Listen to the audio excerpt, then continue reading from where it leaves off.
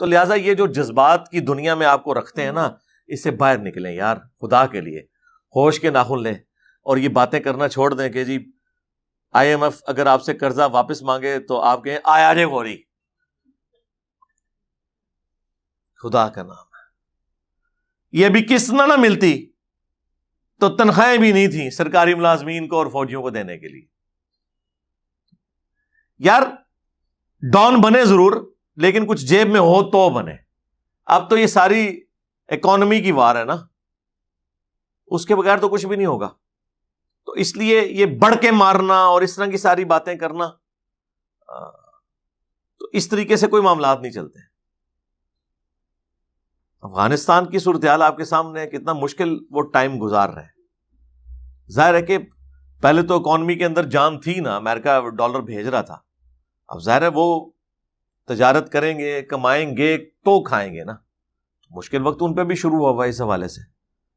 دروشی پڑھ کے یا ذکر اذکار کر کے تو سارے معاملات نہیں چلتے نا.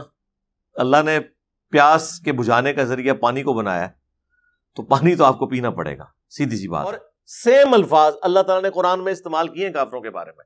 سورہ بنی اسرائیل جو ہے نا، پارہ نمبر 15، اس کے سٹارٹ میں سابقہ امت مسلمہ بنی اسرائیل، جس میں ہزاروں پیغمبر آئے، 3 کتابیں آئیں، تورات، زبور، انجیل. اس کے حوالے سے اللہ تعالیٰ سٹارٹ ہی میں سورہ بنی اسرائیل، سورت نمبر 17، جسے سورہ الاسراء بھی کہتے ہیں، اللہ تعالیٰ جب ان کے اوپر کافروں کے عذاب کا ذکر کرتا ہے نا، تو اللہ تعالیٰ فرماتا ہے کہ ہم نے بنی اسرائیل کی تقدیر میں یہ چیز لکھ دی تھی کہ 2 عروج ان پہ آئیں گے اور 2 زوال آئیں گے ان کے اپنے کرتوتوں کی وجہ سے. تو پہلا عروج جب انہیں ملا، اس کے بعد جب ان کے اوپر زوال آیا، اس زوال کا ذکر اللہ تعالیٰ فرما رہا ہے، جو اللہ تعالیٰ نے رومنز کے ذریعے پٹوائی کروائی ان کی. فَإِذَا جَاءَ وَعْدُ أُولَاهُمَا، جب پہلے وعدے کا وقت آیا کہ ان کی غلط حرکتوں کی وجہ سے اللہ کا عذاب ان پر مسلط ہونا تھا، بَعَثْنَا عَلَيْكُمْ عِبَادًا لَنَا أُولِي بَأْسٍ شَدِيدٍ، تو ہم نے اپنے شدید لڑائی لڑنے والے بندے ان کے اوپر مسلط کر دیے. تو یہ جو یہ مسلط ہوئے تھے، یہ کوئی صوفی بزرگ مسلط نہیں ہوئے تھے. رومنز، کافر، بت پرستوں کو اللہ نے کہا ہمارے بندے مسلط ہوئے. کس کے اوپر؟ مسلمانوں کے اوپر. تو سرکار جب منگول مسلط ہوئے تھے نا مسلمانوں پہ ان کی حرکتوں کے سبب، وہ اللہ کے بندے بن کے مسلط ہوئے تھے، کیونکہ اللہ کے عذاب کی ایگزیکیوشن کبھی فرشتوں کے ذریعے ہوتی ہے، کبھی چنگھاڑ کے ذریعے، کبھی طوفان کے ذریعے، کبھی آسمان سے پتھروں کی بارش کے ذریعے، اور کبھی کافروں کے ہاتھوں پٹوائی کروا کے. تو اللہ نے کہا کہ ہم نے اپنے لڑائی لڑنے والے بندے ان پر مسلط کر دیے. فجاسو خلال الدیار، تو وہ پھر داخل ہو گئے بیت المقدس کے اندر، ان کے شہروں کے اندر. وکان وعدا مفعولا، اور اللہ تعالیٰ نے جو وعدہ کیا تھا وہ پورا ہو گیا. پھر اللہ تعالیٰ نے کہا ہم نے تمہیں جو ہے دوبارہ سے تمہاری باری لوٹائی.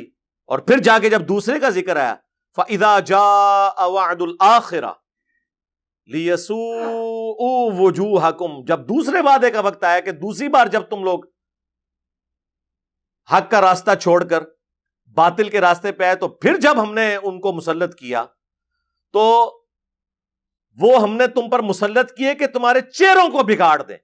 وَلِيَدْخُلُوا الْمَسْجِدَ كَمَا دَخَلُوهُ أَوَّلَ مَرَّةٍ، اور وہ اس مسجد اقصیٰ میں، یروشلم میں، ایلیا میں، بیت المقدس میں اسی طریقے سے داخل ہوں جس طرح پہلی دفعہ داخل ہوئے تھے.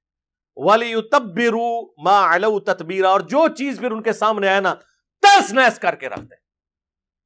تو یہ اللہ تعالیٰ نے ان پر مسلط کیے. اور مسلمانوں پہ بھی یہ 2 عذاب آئے ہیں. پہلا منگولز کی جانب سے آیا، اور دوسرا آیا پھر کلونین پاورز کی طرف سے. مسلمان بھی یہ 2 عذاب بھگت چکے ہیں.